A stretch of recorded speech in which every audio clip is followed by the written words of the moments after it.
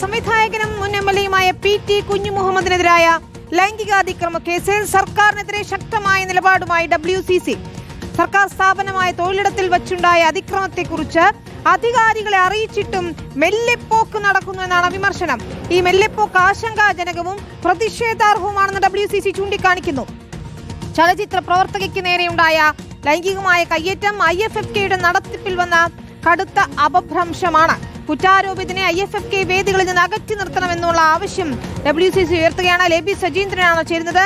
ലേബി, ഇതിലിപ്പോൾ ശക്തമായ നിലപാടെടുക്കുന്നു WCC. നേരത്തെ തന്നെ പി.ടി. കുഞ്ഞുമുഹമ്മദിനെതിരെ നടപടി സ്വീകരിക്കുന്നതിൽ കേസെടുക്കുന്നതിലൊക്കെ വലിയ അലംഭാവം ഉണ്ടായി എന്ന വിമർശനങ്ങൾ പല കോണുകളിൽ നിന്നും ഉയർന്നിരുന്നു.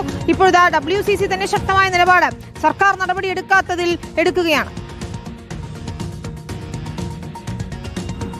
തീർച്ചയായും വിനീത, IFFK നടക്കുന്ന സമയത്ത് തന്നെ ഇത്തരത്തിൽ കടുത്ത വിമർശനവുമായി WCC രംഗത്ത് വന്നിരിക്കുന്നു എന്നത് തന്നെയാണ് പ്രധാനം. ഏറ്റവും പെട്ടെന്ന് നടപടി എടുക്കണമെന്ന് സർക്കാരിനോട് WCC ആവശ്യപ്പെട്ടിരിക്കുകയാണ്. ചലച്ചിത്ര പ്രവർത്തകയ്ക്ക് നേരെയുണ്ടായ ലൈംഗിക കയ്യേറ്റം IFFK നടത്തിപ്പിന് അത് കടുത്ത അപഭ്രംശം ഉണ്ടാക്കിയിരിക്കുകയാണ്. അത് മാത്രമല്ല, ഈ ഞെട്ടിക്കുന്ന സംഭവത്തെ പൂർണ്ണമായും WCC അപലപിക്കുന്നു.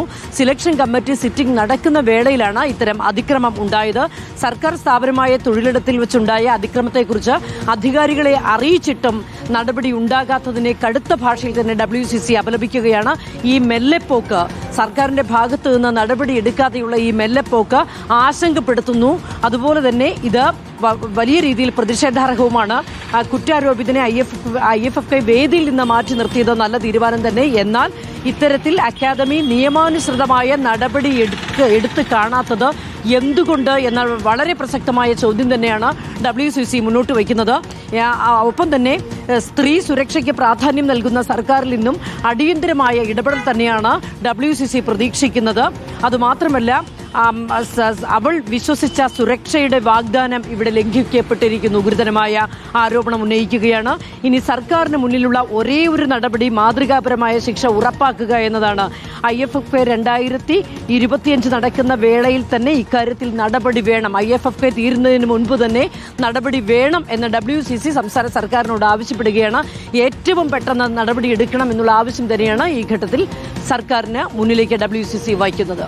ശരി, അധികാരികളെ വിവരങ്ങൾ അറിയിച്ചിട്ടും എന്തുകൊണ്ട് മെല്ലെപ്പോക്ക് എന്ന ചോദ്യമാണ് WCC ഉയർത്തുന്നത്. പി.ടി. കുഞ്ഞുമുഹമ്മദിനെതിരെ ശക്തമായ നടപടിയെടുക്കണമെന്ന ആവശ്യവും സർക്കാരിന് മുന്നിൽ വെക്കുകയാണ് WCC. ഈ വിഷയത്തിൽ രൂക്ഷ വിമർശനമാണ് ഉയർത്തുന്നത്. ലേബി സജീന്ദ്രനാണ് വിവരങ്ങൾ നൽകിയത്.